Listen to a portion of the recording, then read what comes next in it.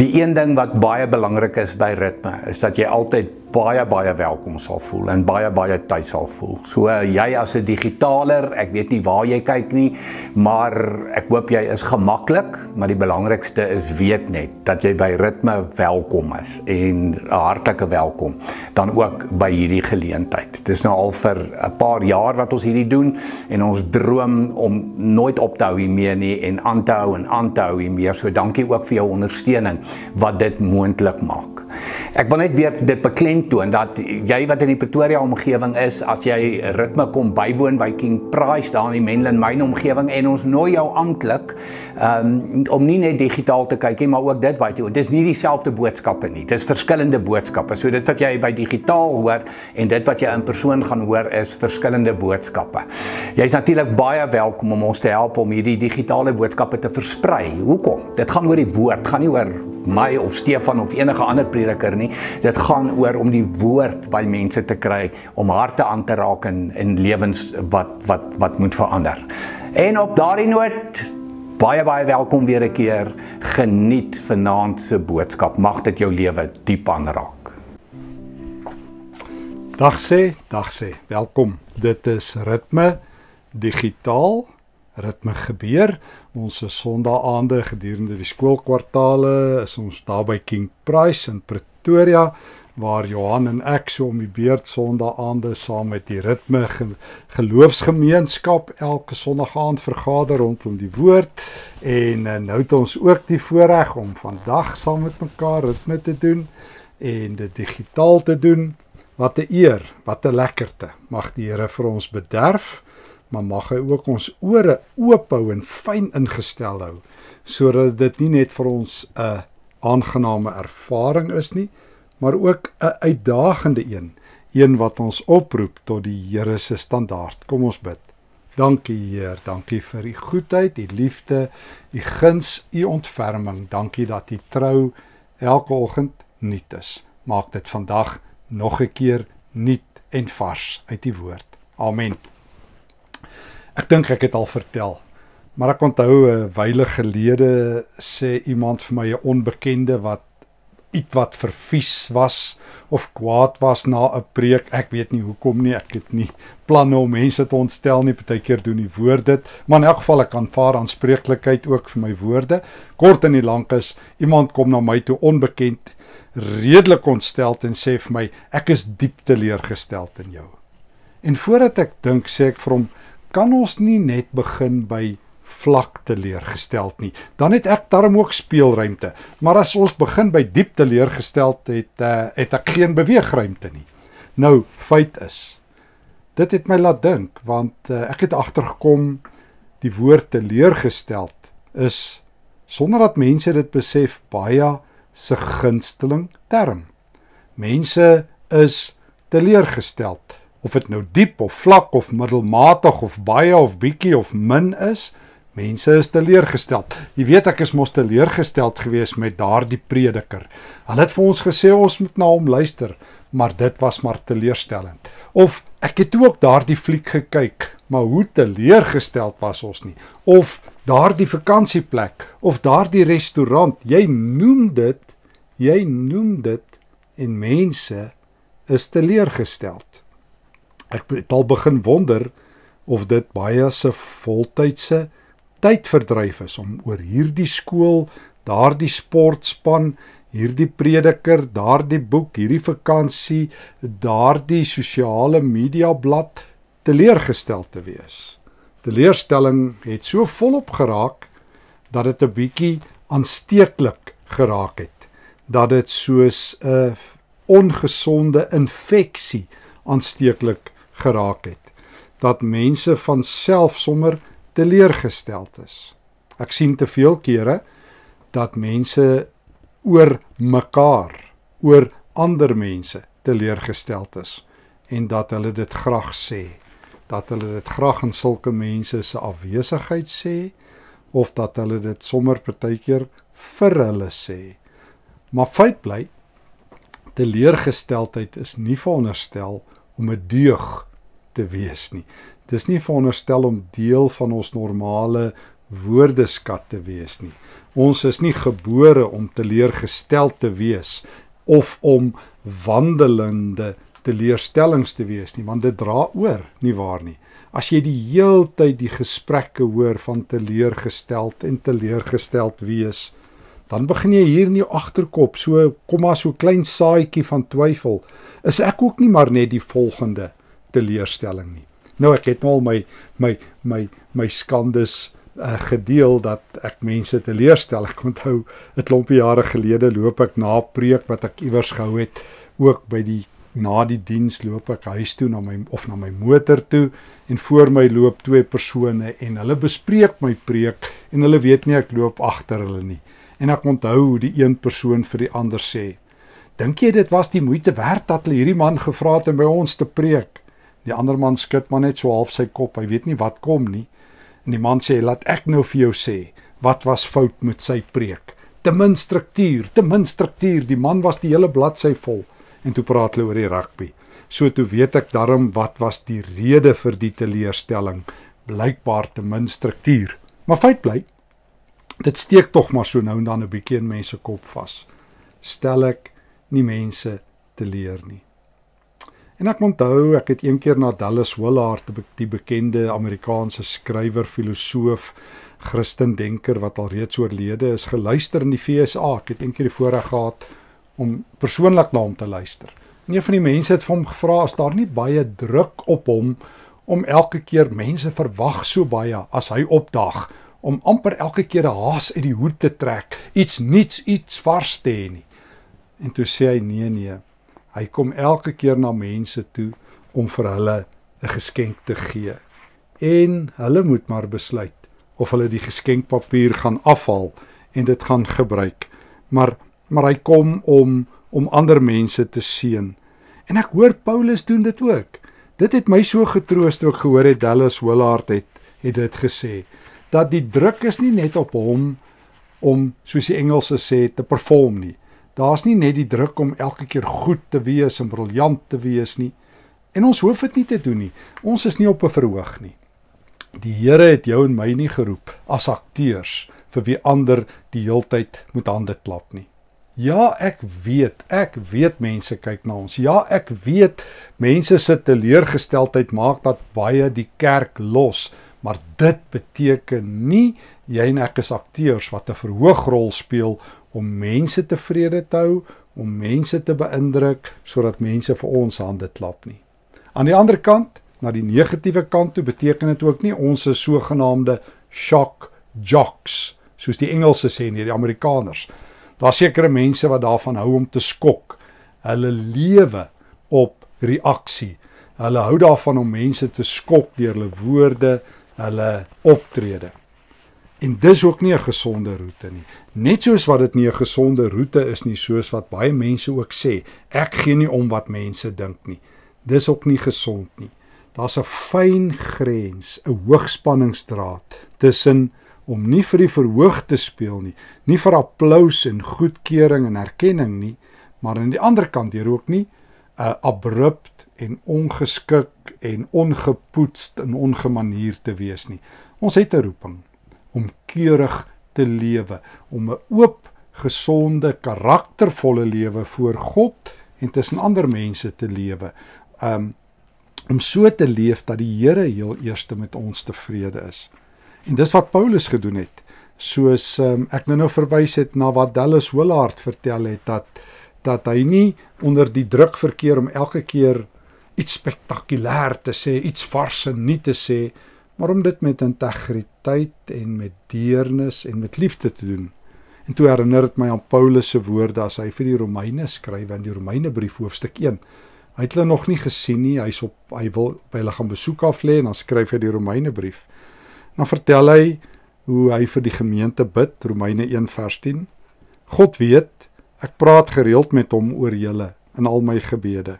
Ook pleit ek aanhoudend by hom dat as dit sy wil is, ek daarin sal slaag om vir julle te kan kom kuier. Ek wil julle baie graag sien.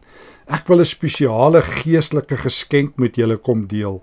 Dan sal julle my geloof sommer baie sterk maak. In dieselfde asem weet ek dat ek ook deur julle bemoedig sal word. Saam sal ons versterk word in ons geloof. Ek leer by Paulus die les van my lewe.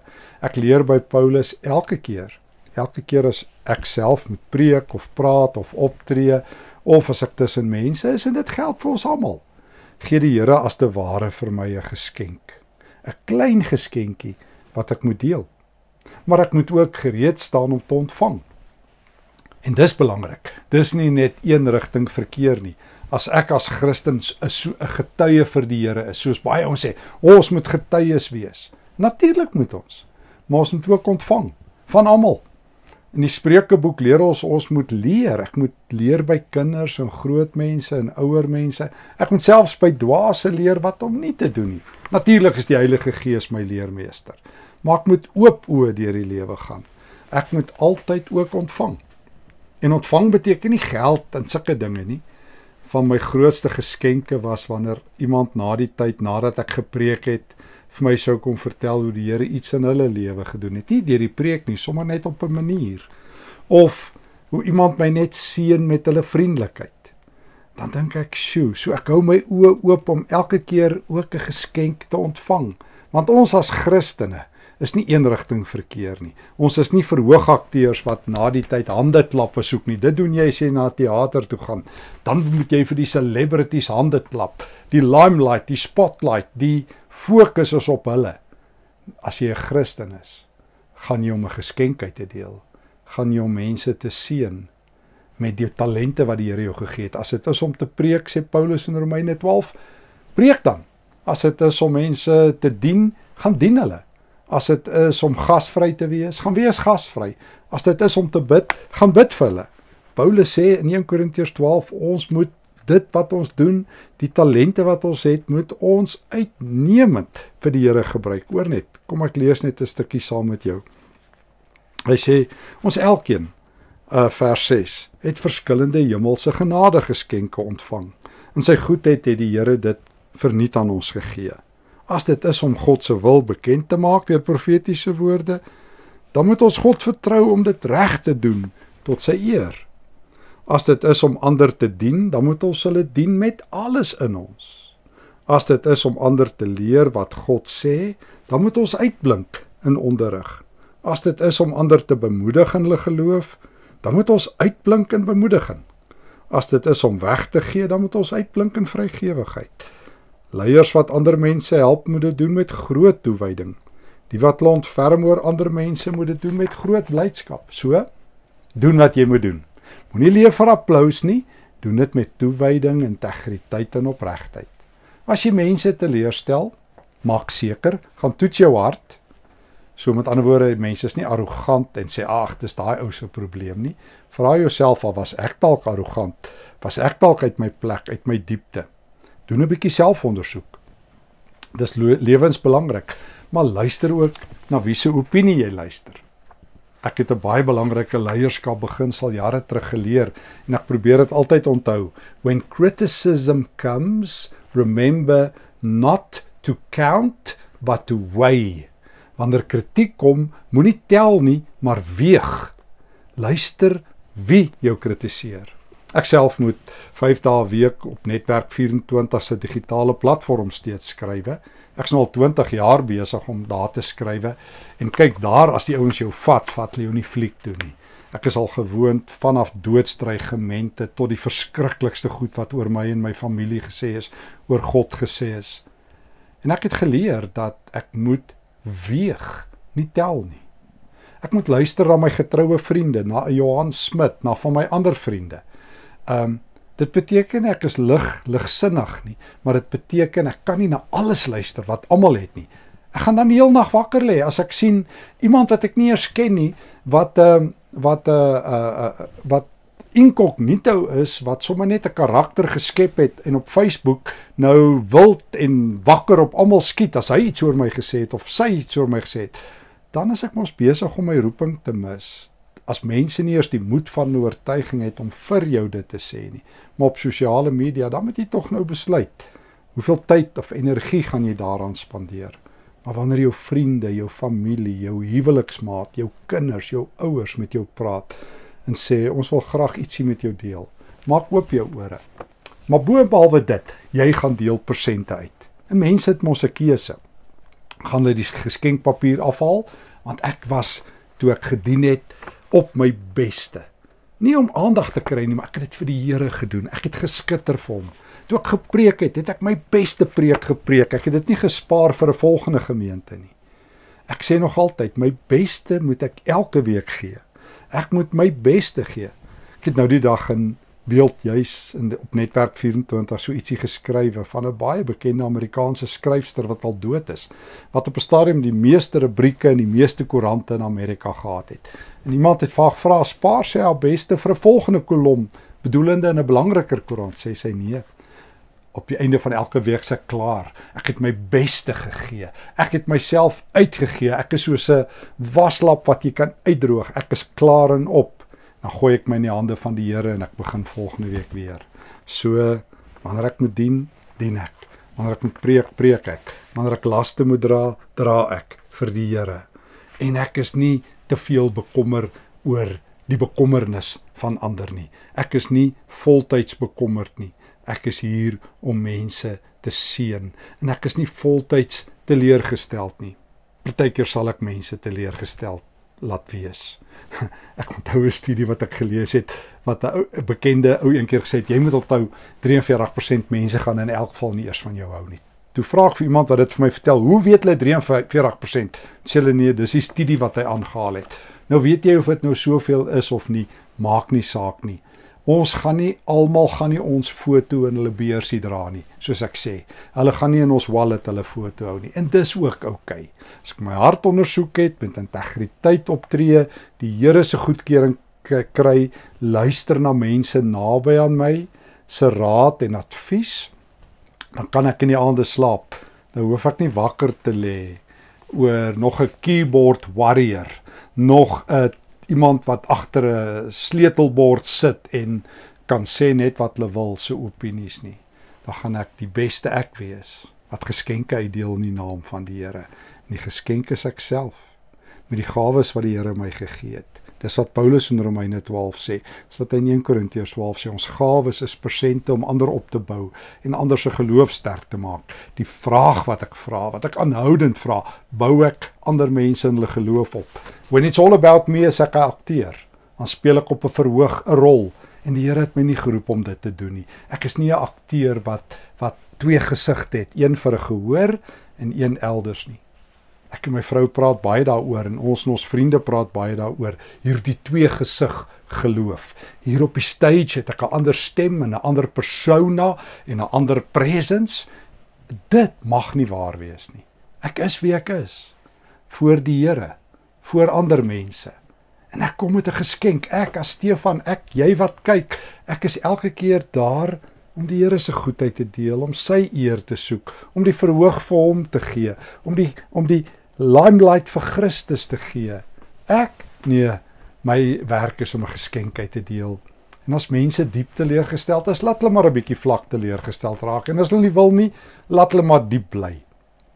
Want as ek my hart ken en met integriteit voor God lewe, dan is dit nie my werk om voltyds teleurgesteld te wees nie.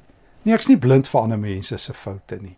Ek is nie naïef nie, maar dit is nie my roeping of myself aangestelde taak om 'n voltyds teleurgestelde te wees, of om dit aan te vuur nie. As almal dit sê, dan sê ek nee, ek doen die 1 Korintiërs 13 roete. Ek verwag die beste van ander, glo die beste van ander, praat die beste van ander. Ek is nie blind nie, ek weet daar's boewe en daar's dwaase, maar my uitgangspunt is nie om teleurgesteld te wees nie, maar om op te bou, te seën, heel te maak, 'n instrument van Christus se liefde te wees. Mag die Here gee dat ons sal skuif van voltyds teleurgesteld na voltyds aan die seën, na lewende geskenke in Christus se naam. Here, dankie vir die woord en die woorde oor die woord. Leer ons om soos Paulus met 'n geskenk te kom, maar leer ons ook soos wat hy geskryf het in Romeine 1, om seën te ontvang van die gemeente in Rome. Leer ons om wandelende geskenke te wees en wandelende skenkoopmakers te wees en wandelende geseëndes te wees in die teenwoordigheid van ander mense. in Jesus se naam. Amen. Geniet ritme. Dankie vir jou betrokkenheid by ritme. Dankie vir jou finansiële ondersteuning en jou gebede. Dankie dat ritme ook die voorreg het om in jou huis en in jou lewe aanwesig te wees. Vrede en genade vir jou gaan wees 'n lewende seën van een in die naam van die Here. Hoe het Jakobus vir ons geleer? Geloof moet in dade oorgaan. En dit is ons hele doel met ritme in persoon en met ritme digitaal. As jy die woord hoor, kom ons gaan leef dit, kom ons gaan doen dit. Dit is die uitdaging. Dankie weer vir jou finansiële ondersteuning, jou finansiële bydrae wat hierdie moontlik maak. En help dit versprei asseblief. Ek bedoel, sluit aan by die sosiale media platforms, of dit nou Facebook is of Instagram, wherever, maak nie vir ons saak nie. Deel ook in die weeklikse goedjies wat geplaas word, opbouend, inspirerend. Kyk daarna, veral baie skrifgedeeltes en so aan. So jy gaan die hele tyd verryk word, ook deur die sosiale media platform van ritme en ritme digitaal. En mag jy 'n geseënde week ervaar, beleef en regtig ervaar die Here gee elke tree saam met jou. Weet hy's by jou.